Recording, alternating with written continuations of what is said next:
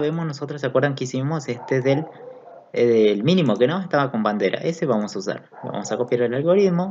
Yo me lo sé. Bueno, lo copio aquí. Ya lo tengo. Vamos a modificarlo. Bien, primero era una bandera, una variable bandera. Lógico, verdadero. Recorremos fila, recorremos columnas y preguntamos si la bandera es verdadero. Capturamos el mínimo elemento. Ahora no necesitamos la posición, porque yo necesito los elementos nada más. El mínimo es esa posición o no. El primer elemento, si es máximo y mínimo a la vez, siempre va a ser el máximo y el mínimo elemento a la vez, ¿sí? Si estamos capturando máximo y mínimo a la vez. Entonces, créate otra variable max donde le vas a asignar, obvio, el mismo elemento. Luego apagas la bandera y prácticamente, aquí, ¿qué pregunta hicimos? Que ese elemento es mucho menor al mínimo. Si es mucho menor al mínimo, ese elemento que está aquí, se lo asignamos a min. Obvio, sacamos estas posiciones, ahí está. Eso es lo que teníamos, ¿no? Pero ¿qué pasa?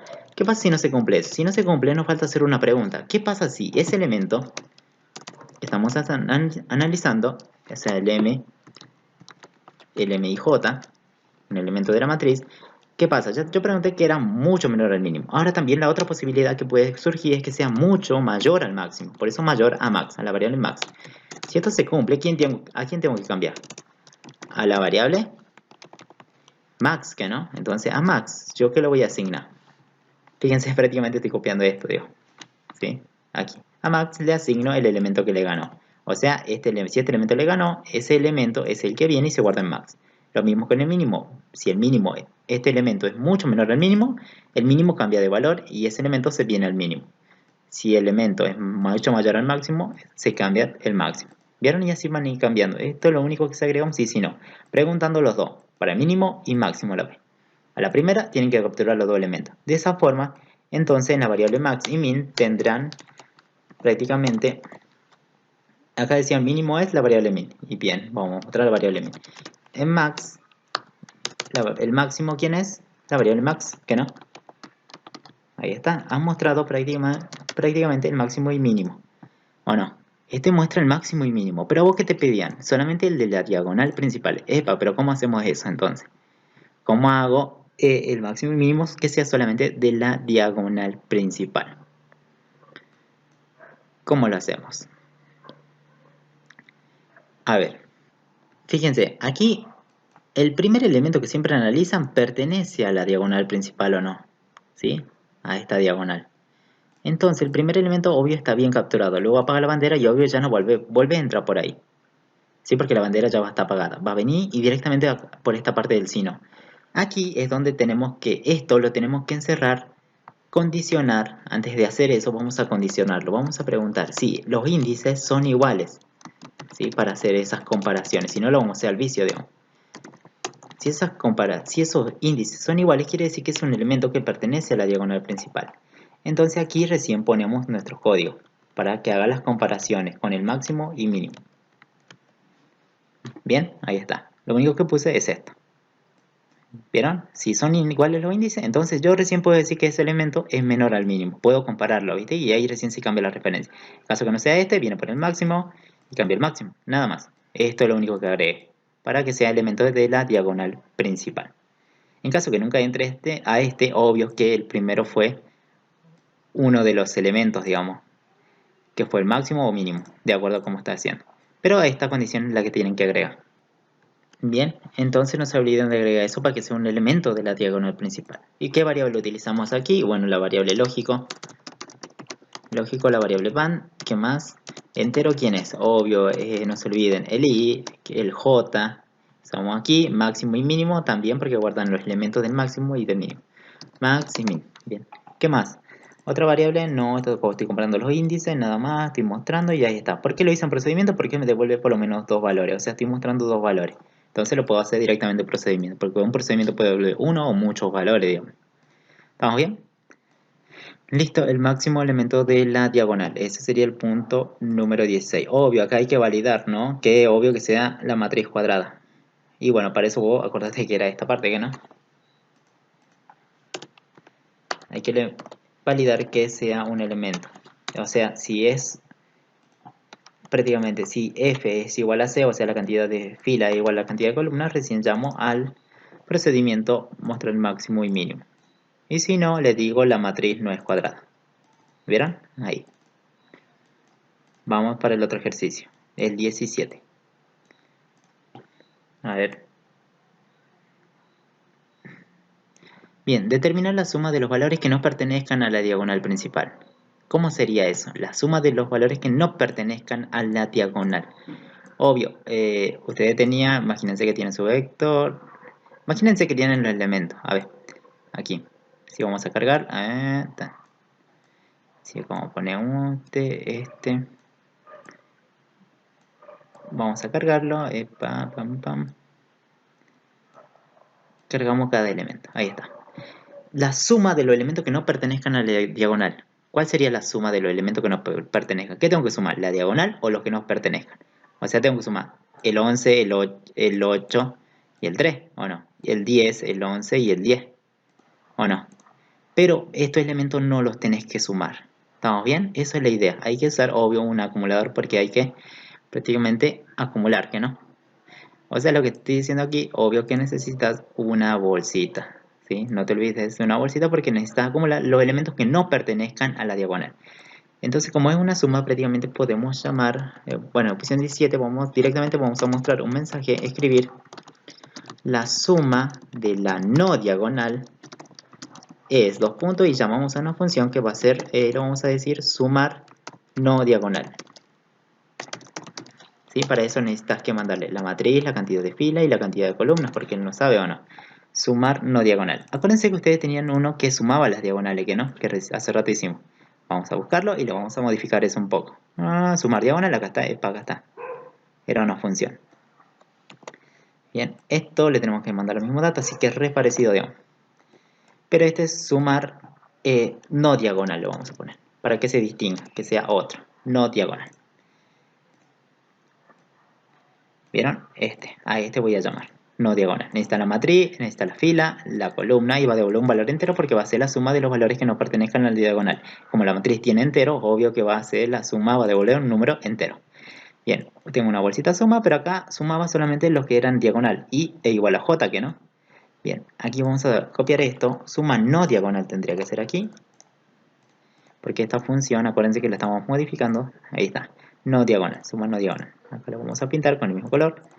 Bien, y va a devolver la bolsita suma. Pero aquí estamos sumando los que son de la diagonal. ¿Cómo sé que no es un elemento de la diagonal? Por ejemplo, agarramos. El i y el j, ¿cómo son? ¿Son iguales? No, son distintos, ¿que no? El i y el j, ¿cómo son? ¿Distintos? Y j son distintos. Son distintos. Son distintos, ¿o no? Acuérdense que cuando ustedes querían agarrar los elementos de la diagonal principal, los índices eran iguales. Entonces aquí tienen que poner lo contrario, que los índices sean distintos. Listo, con eso prácticamente han sumado los elementos que no pertenezcan a la diagonal. Cuando el i y el j sean distintos, recién lo acumula. En la bolsita suma, a esa bolsita, le asignamos lo que tiene la bolsita más ese elemento en esa posición. Y suma, se devuelve. ¿Vieron? No había que cambiar casi nada. Ya tienen para sumar elementos que no pertenezcan a la diagonal. Obvio, también pueden preguntar acá si no es diagonal principal, entonces tiene que preguntar esto, si la matriz es cuadrada o no. ¿Sí? Si quieren lo ponen aquí, si esto va ahí dentro, aquí, en esta parte, escribir. Pero obvio haciendo la pregunta, si la cantidad de fila igual a la cantidad de columnas, para que sea cuadrada, no se olviden. Vamos a hacer el otro, ¿sí? Lo dejamos ahí, nada más. Determinar la cantidad de valores positivos. ¿Cuántos valores positivos hay aquí? Bien, la suma que no pertenece a la diagonal. El 18 dice la cantidad de valores positivos. ¿Cuántos valores positivos hay? Bueno, en este caso son todos, ¿no? ¿Qué pasa si este fuera un menos 3? ¿Cuántos valores positivos tengo? Y bueno, si en total son 9, menos 1 que es negativo, menos 3, ¿cuánto sería? 8, ¿que no? 8 sería la cantidad de positivos. Bien, hay que determinar si el número es positivo, los números son positivos, la cantidad de números positivos. Para eso vamos a hacer, nosotros creo que teníamos un contar por aquí. No sé si lo tenemos, un contar. Acá está, contar pares, ¿se acuerdan? De la matriz. Bueno, será parecido a ese. Solamente que va a contar ahora los números positivos. ¿Sí? Vamos a poner un 18, vamos a decir, escribir, como devolver una sola cuenta. Por ejemplo, cantidad de números positivos, ¿cuántos son? Bueno, tiene 3, 6, 9, ¿que no? Bien, entonces la cantidad aquí, vamos a mostrar un mensaje, la cantidad de positivos, dos puntos, y vamos a llamar a una función contar positivos, positivos, si quieren le ponemos, le mandamos obvio la matriz, la cantidad de fila, la cantidad de columnas. Bien, vamos a contar los positivos, así se va a llamar la función que vamos a crear. Solamente aquellos números que sean positivos. Pero vos ya hiciste un contar pares, que no, bueno, será parecido a eso. Seguro está más arriba. ¿Dónde está? La tenemos acá arriba. Busquemos. Era un contar, diagonal, mostrar al revés, mostrar, cargar. Contar pares, aquí. Bueno, será parecido a este. Obvio, todos los parámetros van a pasar por valor, ¿sí? Porque solamente vamos a hacer una cuenta. Contar positivos le vamos a poner este. Positivos. Va a devolver un número entero porque los números que están en la matriz son de tipo entero. Entonces aquí, si acá era contar positivo, acá la función, el nombre de la función va. Vamos a poner otro color, ahí está. Va a devolver lo que vale con. Bien, si quieren contar los positivos, este que contaba los pares, que no. Bueno, acá queremos contar los números que sean positivos, entonces ese elemento, como tiene que ser con respecto a 0, y tiene que ser mayor. Y ya está, ya tienen para contar los positivos, no había que hacer la gran cosa. Luego sigue el mismo, necesitas un contador, si está en 0, y va y contan solamente aquellos números de la matriz que sean positivos, con este sí. Y lo va a devolver. Y aquí se va a mostrar la cantidad de números positivos. La cantidad de positivos es, y te va a devolver un 9. Acá cuánto hay, positivo hay 9, entonces te va a devolver un 9, determinando la cantidad de positivos. Bien, ya tenemos para contar positivo. Ahora, ¿cómo sería para determinar la cantidad de valores pares e impares a la vez? Yo te quiero que me devuelvas la cantidad de pares o impares. Está bien, vos ya sabéis que tener una función para contar pares, pero ahora vamos como que tenés que devolver la cantidad de pares e impares a la vez. Por tanto, lo vamos a hacer directamente en un procedimiento. Vamos a decir, se va a llamar cantidad pares e impares. Pares impares, cantidad pares impares. Para eso le tienen que mandar matriz, la cantidad de fila y la cantidad de columnas. Si le vamos a dar un color, le vamos a dar un color a este color, ahí está. Contar pares e impares. Bueno, vamos a copiar si quieren el que... A ver... vamos a crear un procedimiento. Bien, vamos a crear un procedimiento. Sí, vamos a poner procedimiento, ¿cómo se llama? ¿Cómo lo habíamos llamado? Contar pares e impares. Bueno, ahí está. ¿Qué recibe como dato? Bueno, vamos a copiar lo mismo aquí. Ya tenemos la matriz, la cantidad de filas y columnas. Entonces lo copiamos. No está escribiendo cada rato. Ahí está. Todo va a ser pasado por valor. Por eso dice porque para contar no necesitas modificar la matriz. Bueno, entonces variables inicio, fin y fin procedimiento, ¿no?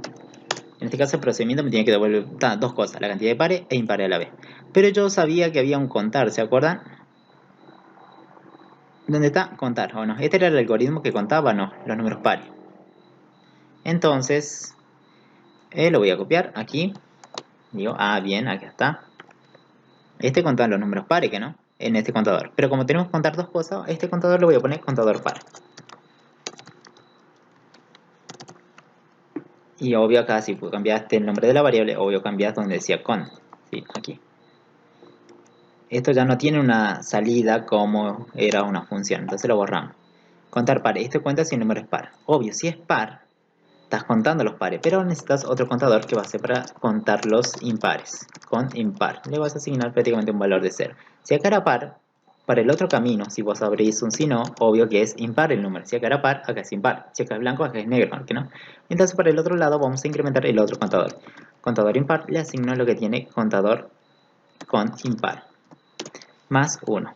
Bien, ahí está. Al final de todo, obvio que vas a mostrar porque tenés un procedimiento y el procedimiento puede devolver muchos valores. Entonces, vas a decir la cantidad de pares de 2 puntos y mostras el contador ¿qué? El contador de par, ¿o no? Este contador, ¿o no? Y luego vamos a hacer lo mismo, pero vamos a mostrar el otro, contador de impares. Con impar. Listo, estamos mostrando los contadores. ¿Qué variable utilizamos? Bueno, ¿quién es? ¿Entero o quién es? Obvio, los contadores, ¿que no? Contador par, contador impar.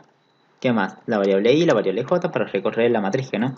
Y no hay ninguna otra variable. De esa forma han devuelto la cantidad de pares e impares a la vez en un solo procedimiento. Bien, ahí está. Aquí lo llamamos porque un procedimiento para que vos lo llames es tranquilamente con el nombre nada más. Vamos a hacer otro ejercicio, y el 19 cantidad de pares e impares de la matriz. Bien, aquí vamos a buscar un elemento. ¿Cómo buscar un elemento de una matriz? Bien, para buscar un elemento de una matriz, ¿cómo sería? Bueno, primero tenemos que tener algunos elementos en la matriz, ¿no? Vamos a cargar, vamos a buscar este, vamos a poner aquí otro, un 8, vamos a poner un 3, vamos a tener un 11, vamos a tener un otro 11,